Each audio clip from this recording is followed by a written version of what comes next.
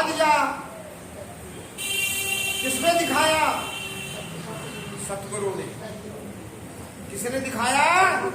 सतगुरु ने। तो गुरु अनेक मिलेंगे, पर परमात्मा को दिखाने वाला जो मिले वो गुरु, वो सतगुरु। बाकी सारी बातें अच्छी है, पर बहुत अच्छी बात तब बनती है जब गुरु मिल जाए ऐसा जो परमात्मा को दिखा दे। और उससे भी अच्छी बात, सबसे अच्छी बात तब बनती है जब आपको दिख जाए परमात्मा। वे दिखाने वाला दिखा रहा है, आपकी आंखों में रोशनी नहीं है तो दिखेगा नहीं। तो अच्छी बात है, परमात्मा से प्रार्थना करें, परमात्मा को याद करें, हर पल परमात्मा के ध्यान में रहें, परमात्मा से परमात्मा की शरण मांगे, परमात्मा से अपने कर्मों की माफी मांगे, और परमात्मा से ये भी मांगे कि हे प्रभु कृपा कर कि कोई ऐसा संत मिले, कोई ऐसा सद्गुरु मिले जो तेरे दर्शन करा देवे, जो तुझे दिखा देवे, हर पल मैं तुझे फिर निहार सकूं, तू कण कण में है। गली गली मीरा हरि गुण गाने लगी, मीरा रानी दीवानी कहने लगी। अब वो गली गली हरि गुण गा रही है। अब मीरा ने कृष्ण की मूर्ति छोड़ दी है, अब मीरा के हाथ में एक तारा आ गया है। अब मीरा मंदिर की नहीं रही, अब पूरे गली गलियों में घूम रही है, सबके पास परमात्मा का गुणगान कर रही है। क्यों? क्योंकि उसके सद्गुरु ने उसको परमात्मा दिखा दिया। अब वो जहां जाती है उसे मंदिर नजर आता है, जहां जाती है वही परमात्मा नजर आता है।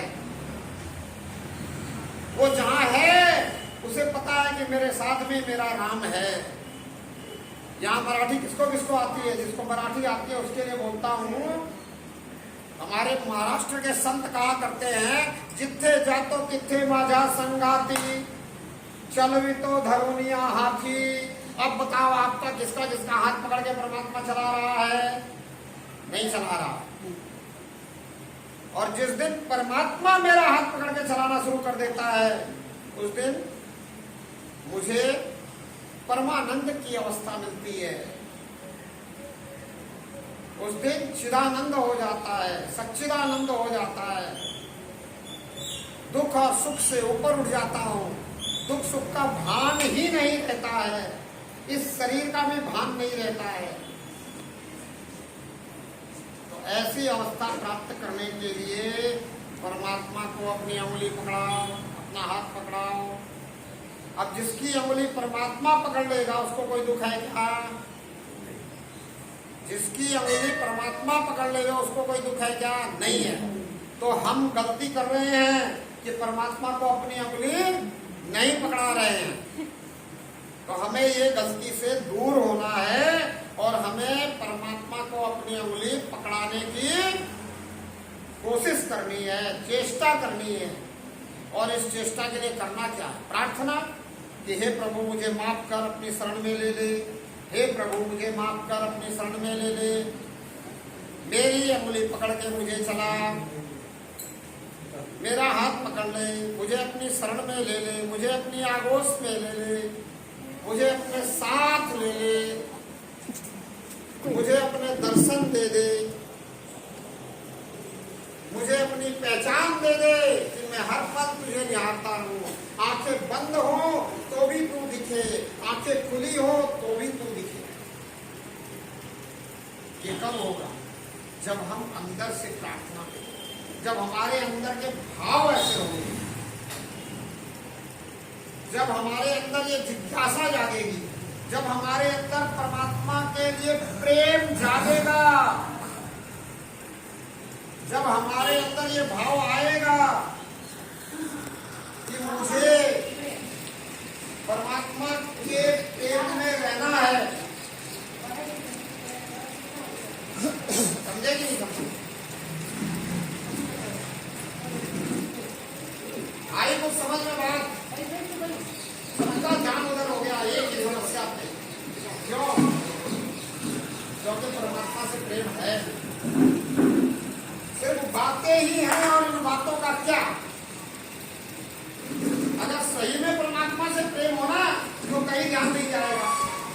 आज आप सभी को 10-10 हजार रुपये दे दिए जाए और सबको कहा जाए कि इन पैसों को ध्यान से गिनो, और वहां कुछ भी गड़बड़ हो रही हो, कितना भी ढोल नमाजा बज रहा हो, आपका ध्यान इस 10,000 रुपये में रहेगा कि भाई कम नहीं गिनना, ज्यादा नहीं गिनना, जितना बढ़िया से जो गिनेगा, जो सही ढंग से गिनेगा, जिसको सही ढंग से गिनना आएगा उसको ये पैसा दे दिया जाएगा। तो किसी का ध्यान तो ढोल नमाजे में नहीं जाएगा, किसी का ध्यान और कहीं नहीं जाएगा। क्यों? क्योंकि पैसे से प्रेम है। क्यों है पैसे से प्रेम? क्योंकि हमने जो दुनिया देखी है इसमें पैसे का व्यवहार देखा है। पैसे से हमने बहुत कुछ खरीद लिया है, पैसे से बहुत कुछ मिल सकता है, ऐसा हम जानते हैं, ऐसा हम समझते हैं, ऐसा हम सोचते हैं। पर मुझे बताओ, भोजन तो पैसे से मिल सकता है, भूख मिल सकती है क्या पैसे से? बिस्तर तो पैसे से मिल सकता है, नींद मिल सकती है क्या पैसे से? पैसे से चश्मा तो मिल सकता है, आंखें मिल सकती है क्या पैसे से?